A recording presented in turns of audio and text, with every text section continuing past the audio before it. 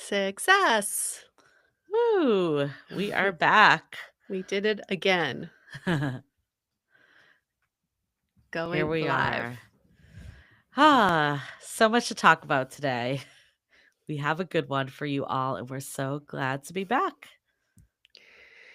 What have you all been up to? Let's have a conversation, a two-way conversation with people who can't talk back to us. I always want to ask you all, like, what are you all up to these days? What are you doing as you're watching YouTube? What are you Yeah. doing as you're multitasking? Drop a comment for us. Yeah. Love to know. Give us a peek into your world. And you better not be sitting on the toilet. If you are, don't tell us. We don't want to know. We don't We want don't want to, to that's TMI. But yeah, we are back with a little chat about this concept of settling. Yeah. And what does it even mean? There are so many words in our vocabulary that we throw around sometimes because we hear other people say them. But if I asked you, what does settling mean to you? What would be your answer? I feel like this is so hard for me to answer because I think like what we've learned over the last decade Uh-huh. makes it difficult, but I'll try to take myself back to when I was early dating and ignorant. Okay. I feel like Back when to I ignorant Julie. feel like when I heard I don't want to settle, it was that, like, I didn't want someone that was, like, below me. Like, I had this feeling like I had this accomplishment Yeah. or I had this attribute, and I didn't wanna go for someone that was underneath that. Mhm. Clearly, my views of that word have changed, and I think that just makes it sound like you're kind of, like, above it all, and that's not a good way to go into dating at all, but, like, that transparently, when I think of, like, I don't wanna settle, that's what I think of, like, all the most Mhm. aspirational qualities of myself, I want someone that's equal or not better than those. Yeah. I probably have a similar definition. And if I were to take me back to my 20s, I would even add settling would have been being with someone without exploring who else is out there. Kind Mm, of settling for the first mm, person or the second person who chooses you. But what if there's more and better out there? interesting. I think it's interesting too because Laurie Gottlieb wrote a book, like, The Case for Settling, Mm, and I feel like that, like, ruffled a lot of feathers, that, like, title alone. Like, I remember someone posted it into our Facebook group, and they were saying that, like, they found this book super useful, and it at the core of it was trying to say, I think what we say a lot with the settling paradox, that you're maybe hyper focused on the wrong qualities that don't really matter. yeah. But the term of like the case for settling, it makes it feel like, oh, I'm just throwing in the towel. And Yeah. I'm just gonna like, I'm 35, I might as well just settle. I think that's who the book was geared for. It was like the case for settling, like dating after 35. And it was written in a different time also. Yeah. I heard it was a really good book, though. I'm I heard sure it is, and yeah. I'm sure the title was meant to be provocative Right. also. Right. Yeah. But the word has been so negative in the way we speak about it because it is kind of like, oh, this is as good as I'm gonna get, or I'm a, I've given up on everything. Like this is the best I can do. And then I also heard it used when I was watching Materialists, and someone was like, "Oh yeah, she settled for Mhm. the poor guy." And then I was like, "Wait, wait, no, no, no, that's even a different definition because she had both choices and she Right. chose to be with the poor one." Settling would be like, you have no other choices. Like, this Right. is who I'm going with 'cause, who else is gonna choose me? I feel like when you ask people, like, what their biggest fear is when Mhm. dating and, like, getting into a relationship, it's always settling. Like, I don't Yeah, wanna settle. And I yeah. think that's why it's hard for people to commit to people or to go on that next date when it's, like, not fireworks and it's lukewarm. And, what we've learned over the years of doing Dateable is actually core to our book, How to Be Dateable. We have the traps that people fall into when dating that are like perpetuated by modern dating culture. And one of them we call the settling paradox. And this is when you're, again, so hyper focused on these traits that you feel like you'd be like dating down if the person didn't have them, that we Mhm. overcompensate on that and overlook when someone's not even treating us well or they don't want to commit and they want to stay in a situationship. So the paradox here is that we, would never not settle for the guy that's not 6'5", but then would settle if they would only call us on the weekends last minute and never want to be in a relationship. Right, we have these traits that we think, "Oh, if I got anything less than these traits, then I'm giving up. I'm throwing in the towel." When in actuality, it is all about what that relationship is like, how that person operates in that relationship, how they show up, how you show up, and that's beyond the traits that we're Mhm. constantly thinking of. And I have many friends who have said, "I can't settle. I'm not settling for someone who doesn't have a college education. I'm not settling for someone who doesn't make this amount of money."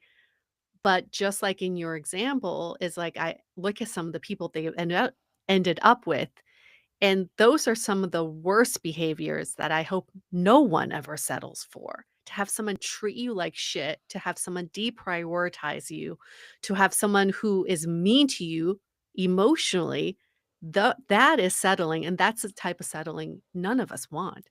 Right. And I think we actually have this episode that I'm thinking of that we talked to Allie Jackson, who's the host of Finding Mr. Height. And she talked about her almost relationships, like the string of almost relationships where they never could really get off the ground and be like that full blown relationship. And a lot of situationships or dates that never went anywhere. And she said that for her, who had dreamer tendencies, Mhm, that she used to, look at you hear like actions speak louder than words, but mhm, she would say that she would actually take the words and the actions, and you really need to be looking at both of them together. So, like for instance, the words were I don't want to be in a relationship with you, but the action was I'm gonna introduce you to my mom. And mhm, for her, because, common knowledge was like, "Look at the actions." That wasn't serving her all either, so her stance was like, "Actually, both need to be in alignment." They need to have mm, the words, "I wanna be in a relationship with you, and I'm introducing you to my mom." It can't just be, like, one or the other, or that's you just having, selective hearing of, what you wanna hold on to. mm. That's a really good way of looking at it. So you have congruence in everything this person is representing in this relationship. Do you think that our parents' generation talked about settling? You No, think they were worried about that? not at all. Why? I think the standards of a relationship were really different, so I think that's one thing.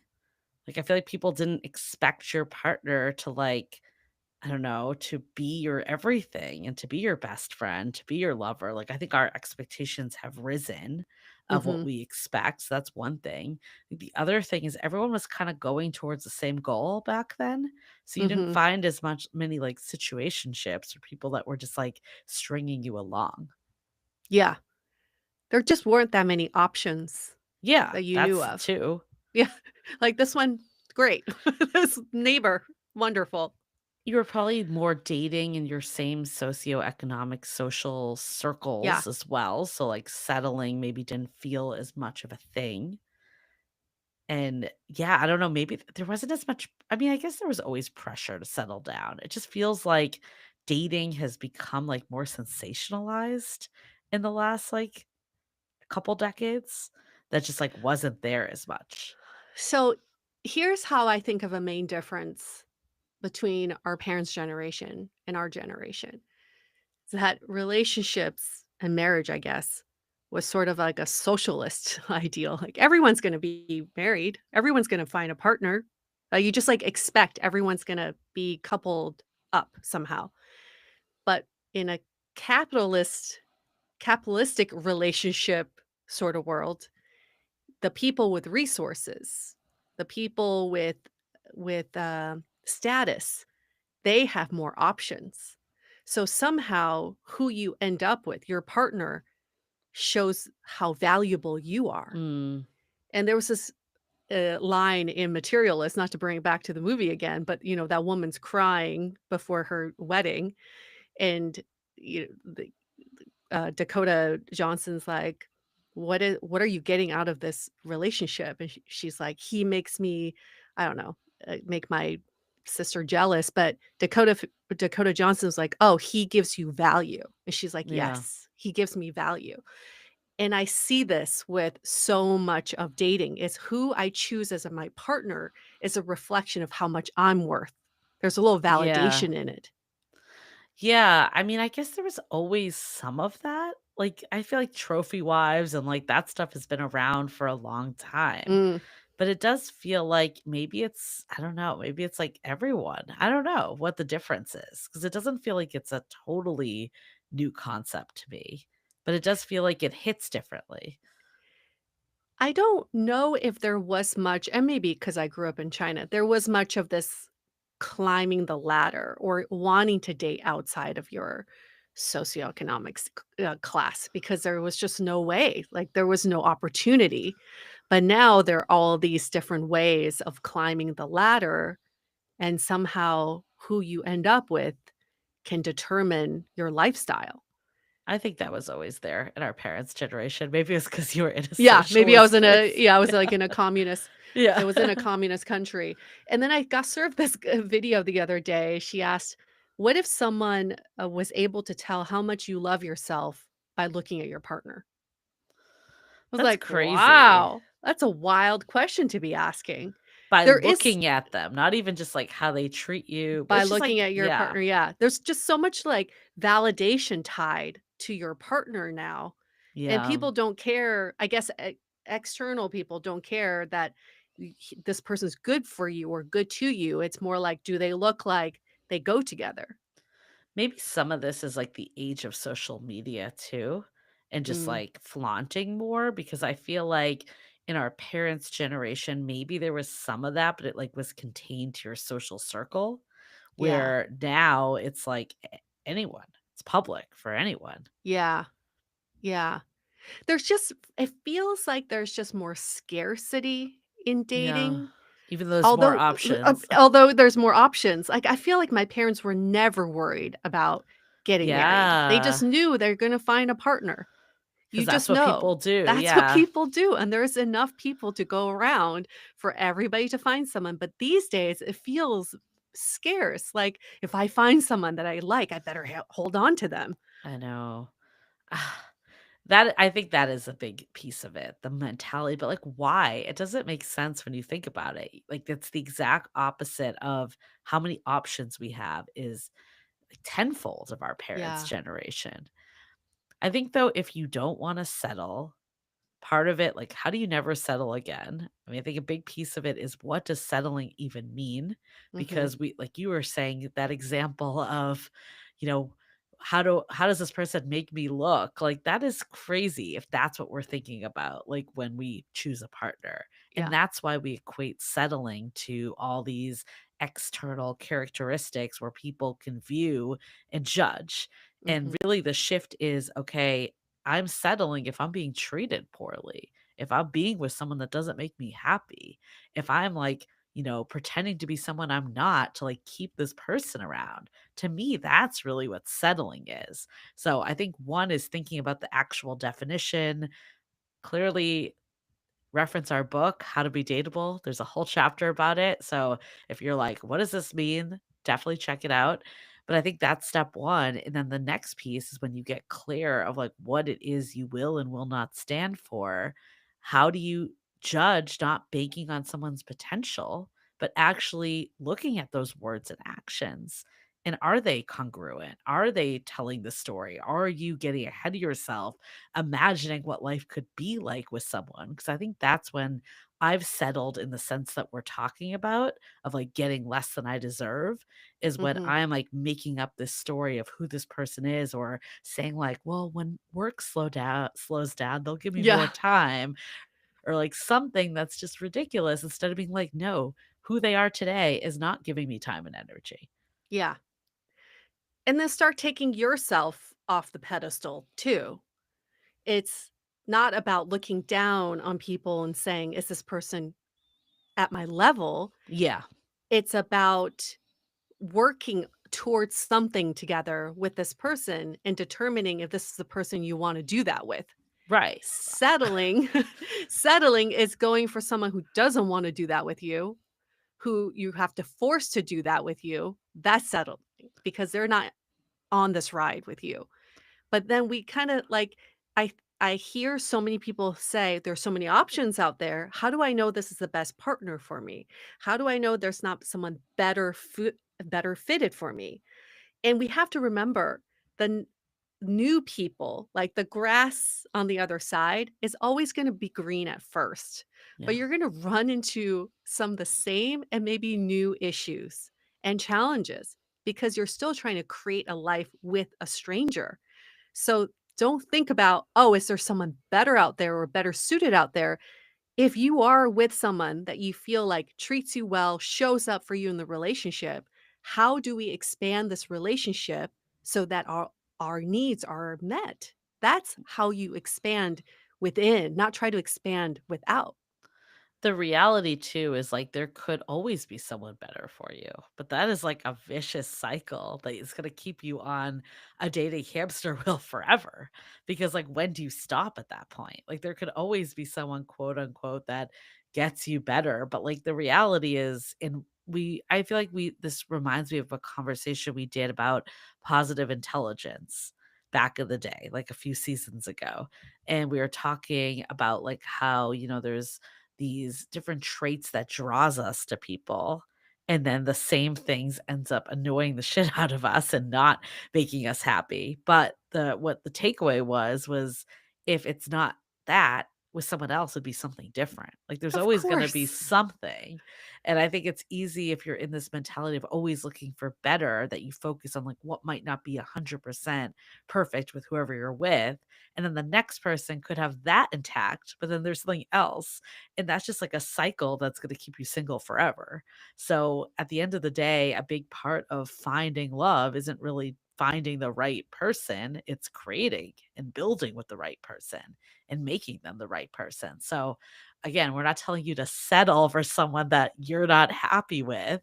We want you to be with someone that you're happy with, that you love spending time with and you're attracted to, and like all the things.